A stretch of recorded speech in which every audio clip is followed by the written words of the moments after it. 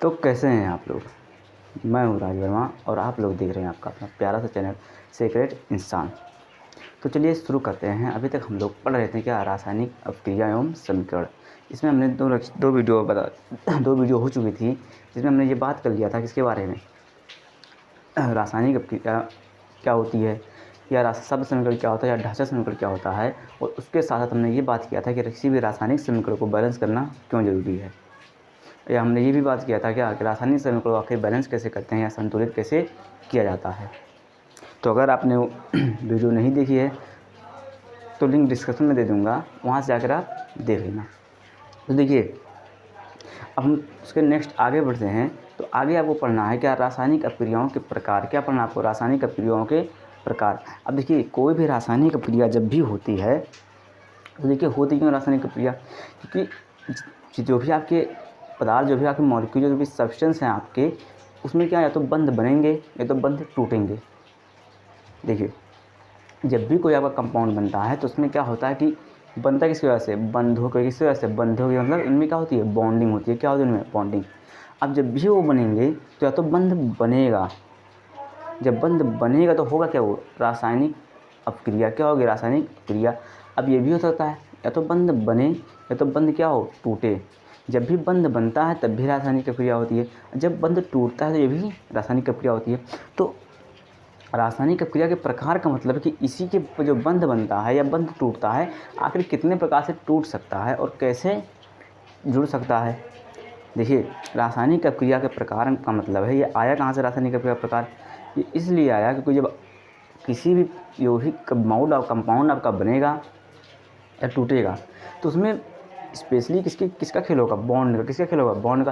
या तो बॉन्ड बनेंगे या तो बॉन्ड टूटेंगे। तो रासायनिक अपक्रिया जो प्रकार का मतलब है कि अब ये देखेंगे कि बॉन्ड कितने प्रकार से टूट सकते हैं या बॉन्ड कितने प्रकार से बन सकते हैं। इसी को हम कहते हैं जितने प्रकार से बॉन्ड टूट सकते हैं वही क्या कहलाएगा, रासायनिक अपक्रिया के प्रकार। तो स्पेशली जो रासायनिक अपक्रिया के प्रकार आपके देखिए होते कितने प्रकार के हैं, तो होते हैं 5 प्रकार के। कितने प्रकार के, 5 प्रकार के। पहला कौन सा, आपका संयोजन अपक्रिया। दूसरा वियोजन अपक्रिया।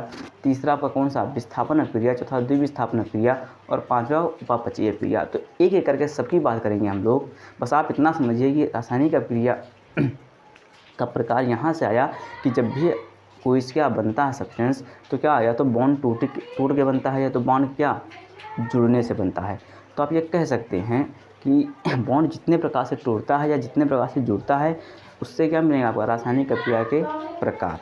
देखिए, जो पहली आपकी रासायनिक अपक्रिया का प्रकार है वो आपका देखिए क्या है, वो क्या है आपका, संयोजन अपक्रिया। क्या है, संयोजन अपक्रिया। तो देखिए, संयोजन अपक्रिया क्या होता है कि जब दो या दो, पढ़िए क्या लिखा है, जब दो या दो से अधिक अपकारक आपस में मिलकर एकल उत्पाद का निर्माण करते हैं, संयोजन अपक्रिया कहलाती है। एक बार फिर से, जब दो या दो से अधिक अभिकारक आपस में मिलकर एकल उत्पाद का निर्माण करते हैं, संयोजन अपक्रिया कहलाती है। क्या कहलाती है, संयोजन अपक्रिया। जैसे देखिए, संयोजन अपक्रिया का मतलब क्या है, देखिए इसका मतलब है जुड़ना। क्या है इसका मतलब, जुड़ना। मतलब ऐसी अपक्रिया जिसमें दो पदार्थ आपस में क्या हो रहे हैं, जुड़ रहे हों। क्या हो रहे हैं, जुड़ रहे हों। लेकिन जुड़ने के बाद जो बना रहे हैं केवल सिंगल प्रोडक्ट बनाए। जो प्रोडक्ट बनने वाला है या उत्पाद बनने वाला है केवल कितना बनाएं, एक बनाएं। संयोजन का मतलब ही क्या है, जुड़ना। क्या है इसका मतलब, जुड़ना। लेकिन जुड़कर जो बनने वाला उत्पाद होगा केवल कितना होगा, एकल उत्पाद होगा। कितना होगा, एकल उत्पाद होगा। एकल उत्पाद का मतलब है कि कैसा प्रोडक्ट, केवल सिंगल प्रोडक्ट। कैसा प्रोडक्ट, सिंगल प्रोडक्ट। उदाहरण देखिए, जैसे अगर आपके पास क्या है, बिना बुझा हुआ चूना। क्या है आपके पास, बिना बुझा हुआ है, ये क्या, कैल्शियम ऑक्साइड। इसका रासायनिक नाम क्या, रासायनिक नाम होगा कैल्शियम ऑक्साइड, जिससे हम क्या कहते हैं, बिना बुझा हुआ चूना। प्लस अगर उसको जल में मिला दीजिए, किसमें मिला दीजिए, जल में मिला दीजिए, तो क्या बनेगा, कैल्शियम हाइड्रोक्साइड, जिससे हम कहते हैं बुझा हुआ चूना। क्या कहते हैं इसे, बुझा हुआ चूना। इसका उपयोग आप कहाँ करते हैं, कहाँ, दीवारों में पुताई करने। किसमें, दीवारों के पुताई में। तो देखिए, दीवार में क्या करते हैं, होता है क्या हालत है, कैल्शियम ऑक्साइड। क्या होता है, कैल्शियम ऑक्साइड बोले बिना बुझा हुआ चूना। जब उसमें क्या मिलाते हैं आप, जल मिला देते हैं, तो क्या मिल जाता है, बुझा हुआ चूना या कैल्शियम हाइड्रोक्साइड। और इसी को आप क्या करते हैं, दीवार में मिला देते हैं। लेकिन हमारा टॉपिक ये है क्या, संयोजन अपक्रिया। संयोजन अपक्रिया का मतलब बढ़िया क्या, दो या दो से अधिक अपकारक। तो कितने अभिकारक आपको दिखाई दे रहे हैं? 2 अभिकारक दिखाई दे रहे हैं। एक कैल्शियम ऑक्साइड है, क्या आपका H2O है। देखिए जब 2 या 2 से अधिक अभिकारक आपस में मिलकर एकल उत्पाद का निर्माण करें तो जो बनने वाला उत्पाद आपको क्या है? कैल्शियम हाइड्रोक्साइड है। और कुछ दिखाई दे रहा है? नहीं दिखाई दे रहा है, केवल कैल्शियम हाइड्रोक्साइड दिखाई दे रहा है। तो इसका जो उत्पाद है कितना है? केवल सिंगल है। कितना है? केवल सिंगल, मतलब एक ही उत्पाद है। अभिकारक कितने हैं? 2। कितने हैं? 2। मतलब मिनिमम जो रिएजेंट होने चाहिए या अभिकारक होने कितने होने चाहिए? 2 होने चाहिए। तो 2 अभिकारक आपस में मिलकर क्या बना रहे हैं? कैल्शियम हाइड्रोक्साइड बना रहे हैं। जो उत्पाद कैसा है? केवल सिंगल उत्पाद है। तो आप कह सकते हैं क्या? जब 2 या 2 से अधिक अभिकारक आपस में मिलकर एकल उत्पाद का निर्माण करते हैं, संयोजन अभिक्रिया कहलाती है। तो कैल्शियम ऑक्साइड जल से क्या बना रहा है? कैल्शियम हाइड्रोक्साइड बना रहा है। क्या बना रहा है? Calcium hydroxide. तो ये उदाहरण किसका हो गया? संयोजन अभिक्रिया। किसका? संयोजन अभिक्रिया का। दूसरा देखिए क्या, कार्बन और ऑक्सीजन मिलकर क्या बना रहे हैं? Carbon dioxide. क्या बना रहे हैं? Carbon dioxide. कार्बन और ऑक्सीजन मिलकर क्या बना रहे हैं? कार्बन डाइऑक्साइड बना रहे हैं। क्या बना रहे हैं? कार्बन डाइऑक्साइड बना रहे हैं। तो अभिकारक कितने हैं? 2। तो ये क्या आपका अभिकारक कितने हैं? 2। और बनने वाला जो उत्पाद है कितना है? 1 है। कितना है? 1 है। तो ये भी आप कह सकते हैं किसका उदाहरण है? संयोजन अभिक्रिया का उदाहरण है। किसका उदाहरण? संयोजन अभिक्रिया का उदाहरण है। अब देखिए आपको जो प्रकार पढ़ना है रासायनिक अभिक्रिया, केवल 5 प्रकार का पढ़ना है, लेकिन उसके साथ आपको 2 अभिक्रियाएँ ऐसी पढ़नी है किस तौर पर? बोनस के तौर पर। किस तौर पर? बोनस तौर पर। क्योंकि वो रासायनिक प्रक्रिया है नहीं, रासायनिक क्रिया है नहीं वो। भैया देखिए वो आपका क्या है? ऊष्माक्षेपीय अभिक्रिया। एक ऊष्माक्षेपीय अभिक्रिया है और एक कौन सी आपकी? ऊष्माशोषी अभिक्रिया। तो ऊष्माक्षेपीय अभिक्रिया का मतलब देखिए लिखा है साफ साफ, क्या? ऊष्माक्षेपीय अभिक्रिया। इसका मतलब देखिए जब किसी अभिकारक में उत्पाद के साथ साथ ऊष्मा का उत्सर्जन हो। ऊष्माक्षेपी, ऊष्मा मतलब क्या? ऊष्मा, और क्षेपी मतलब बाहर निकलना। ऊष्मा का मतलब ऊष्मा और क्षेपी का मतलब बाहर निकलना। तो किसी भी अभिक्रिया में उत्पाद के साथ साथ अगर ऊष्मा का उत्सर्जन हो रहा है, मतलब ऊष्मा भी मिल रही है आपको, तो ऐसी अभिक्रिया ऊष्माक्षेपी अभिक्रिया कहलाती। क्या कहलाती है? ऊष्माक्षेपी अभिक्रिया। जैसे देखिए उदाहरण के तौर पर देखिए प्राकृतिक गैस का दहन। किसका? प्राकृतिक गैस का दहन। ये बात याद रखिए, जो प्राकृतिक गैस होती है वो क्या होती है आपकी? CH4 होती है, मतलब मीथेन होती है। क्या होती है? मीथेन। और यही प्राकृतिक गैस क्या होता है आपका?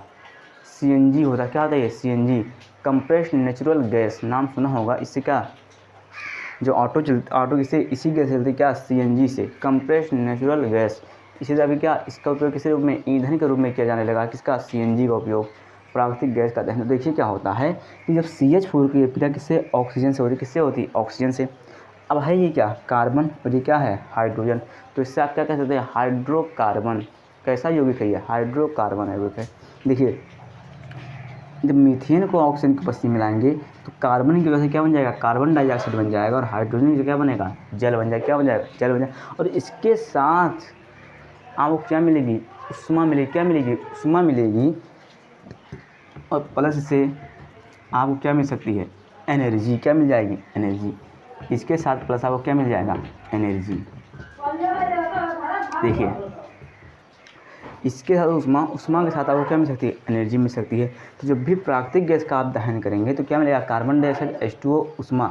और जैसे ही ऊष्मा मिल गई, क्या? जैसे ही ऊष्मा मिल गई आपको, आप कह सकते हैं कि ये अभिक्रिया क्या कहलाएगी? ऊष्माक्षेपी अभिक्रिया। क्या? कौन सी अभिक्रिया कहलाएगी? ऊष्माक्षेपी अभिक्रिया। इसकी यही डिफिनेशन है कि जब किसी अभिक्रिया में उत्पाद के साथ साथ ऊष्मा का उत्सर्जन हो तो ऐसी अभिक्रिया ऊष्माक्षेपी अभिक्रिया कहलाती है।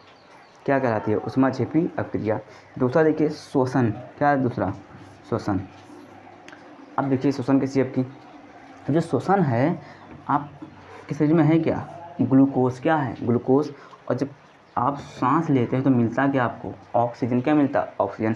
अब तो ग्लूकोज ऑक्सीजन के साथ मिलकर, किसके साथ? ऑक्सीजन के साथ मिलकर क्या बना लेती है? कार्बन डाइऑक्साइड बना लेती है और जल बना लेती है। ग्लूकोज ऑक्सीजन के साथ अभिक्रिया करके, ग्लूकोज तो आपके शरीर में पहले से मौजूद है, और ऑक्सीजन जब आप ग्रहण करते हैं तो उसके साथ अभिक्रिया करके कार्बन डाइऑक्साइड बना लेती है और क्या बना लेती है? जल बना लेती है। और उसके साथ क्या निकालती है? ऊष्मा। क्या निकालती है? ऊष्मा। तो जैसे ही ऊष्मा मिल गया आपको, क्या मिल गया? जैसे ही आपको ऊष्मा मिल गया, आपको तुरंत समझ आना चाहिए कि ये भी अभिक्रिया आपकी कैसी है? ऊष्माक्षेपी अभिक्रिया। मतलब प्राकृतिक गैस का दहन और श्वसन कैसी अभिक्रिया हैं आपकी? ऊष्माक्षेपी। कैसी अभिक्रिया? ऊष्माक्षेपी अभिक्रिया। उसी तरह से यहाँ भी ये भी जो अभिक्रिया कार्बन प्लस क्या मिलेगी? कार्बन डाइऑक्साइड बना रहा है, ये भी क्या होगा? इसके साथ भी क्या निकल सकता है? ऊष्मा। मतलब ये भी अभिक्रिया कैसी अभिक्रिया हो सकती है? ऊष्माक्षेपी अभिक्रिया। इसके साथ भी आपको क्या मिलता है? ऊष्मा मिलता है। देखिए ऊष्मा के आ जाने से उत्पाद 2 नहीं हुए, उत्पाद तो केवल एक ही बना। क्या? Calcium hydroxide. उष्मा तो मतलब क्या है, हीट केवल क्या है जनरेट हुई है, मतलब कैसे होगा गर्म। आपने देखो जब चूने को पानी में मिलाते हैं, किसको, चूने में पानी को मिलाते हैं, तो देखिए क्या होता है कि उसमें क्या बुदबुदाहट उत्पन्न, क्या होता है बुदबुदाहट उत्पन्न होती है। मतलब उसके साथ बुदबुदाहट का मतलब क्या, उष्मा जनरेट हो रही है। क्या जनरेट हो रही है, उष्मा जनरेट हो रही है। तो एक प्रकार से आप इसे भी क्या कह सकते हैं, उष्माक्षेपी अपक्रिया। क्या कह सकते हैं, उष्माक्षेपी अपक्रिया। इसे भी कह सकते हैं क्या, उष्माक्षेपी अपक्रिया। संयोजन अपक्रिया का मतलब है कि जब दो या दो से अधिक अपकारक आपस में मिलकर एकल उत्पाद का निर्माण करें। तो कैल्शियम ऑक्साइड इससे जल के साथ क्या करेंगे, क्या बना रहा है, कैल्शियम हाइड्रोक्साइड प्लस उष्मा। तो उष्मा क्या, उष्मा तो क्या जनरेट होकर क्या बाहर निकल गई, केवल बचा क्या आपका कैल्शियम हाइड्रोक्साइड बचा। और कैल्शियम हाइड्रोक्साइड कैसा आपका, केवल सिंगल उत्पाद मतलब सिंगल प्रोडक्ट बचा। तो यही आपका क्या कहलाएगा, संयोजन अपक्रिया। क्या कहलाएगा, संयोजन अपक्रिया। इसे भी आप क्या कह सकते हैं, उष्माक्षेपी अपक्रिया। ये भी आपका क्या, उष्माक्षेपी अपक्रिया। ये भी कौन सी अपक्रिया आपकी, उष्माक्षेपी अपक्रिया।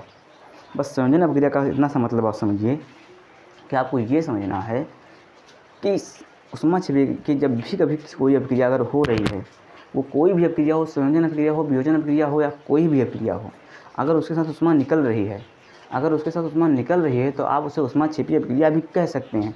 इससे यहाँ भी क्या है, कौन सी अपक्रिया, संयोजन अपक्रिया, लेकिन इसके साथ उष्मा निकल रही थी, तो हम इसे भी क्या कह सकते हैं, उष्माक्षेपी अपक्रिया। क्या कह सकते हैं, उष्माक्षेपी अपक्रिया। अब चलिए नेक्स्ट, अब देखिए आपने एक बात ध्यान दिया होगा। देखिए जैसे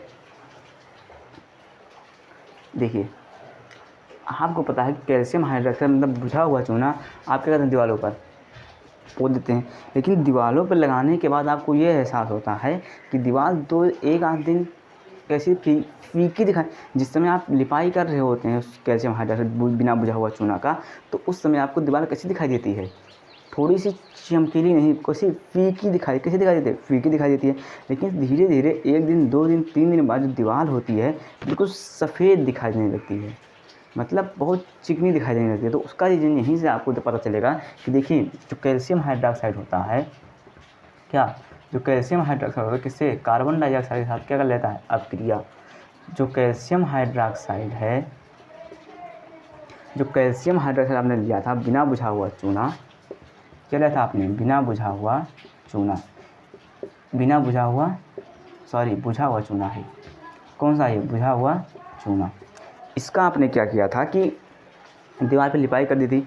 अब ये जो बुझा हुआ चूना था, इसने किससे, वायुमंडल में उपस्थित कार्बन डाइऑक्साइड से अपक्रिया करके क्या बना लिया, calcium carbonate CaCO3 plus water. क्या बना लिया, CaCO3 प्लस वाटर, और ये जो वाटर था भाप बन के कहाँ उड़ गया, वायुमंडल में हो गया, कहाँ उड़ गया, वायुमंडल। अब जो लेयर बची है आपकी, जो दीवार बची, उस पर क्या है आपका, कैल्शियम कार्बोनेट। और जो कैल्शियम कार्बोनेट कैसा होता है, सफ़ेद क्रिस्टल, कैसा होता है, सफ़ेद क्रिस्टल। तो अब जो आपको दीवार दिखाई देती है वो क्या होता है, कैल्शियम कार्बोनेट होता है, जिसकी वजह से आपको क्या दिखाई देता है, पूरा सफ़ेद दिखाई देता है। कैसा दिखाई देता है, पूरा सफ़ेद। और जब कैल्शियम हाइड्रोक्साइड रहता है तो कैसी दीवार दिखाई देती है, फीकी दिखाई देती है। लेकिन उसके साथ जब वायुमंडल में कार्बन डाइऑक्साइड से अभिक्रिया कर लेता है तो कैल्शियम कार्बोनेट बना लेता है। और जो कैल्शियम कार्बोनेट होता है कैसा क्रिस्टल, सफ़ेद क्रिस्टल होता है। और उसके साथ मिलता है कि आपको जल जो भाप बने कहाँ उड़ जाता है, बाहर उड़ जाता है। कहाँ चला जाता है, बाहर चला जाता है। तो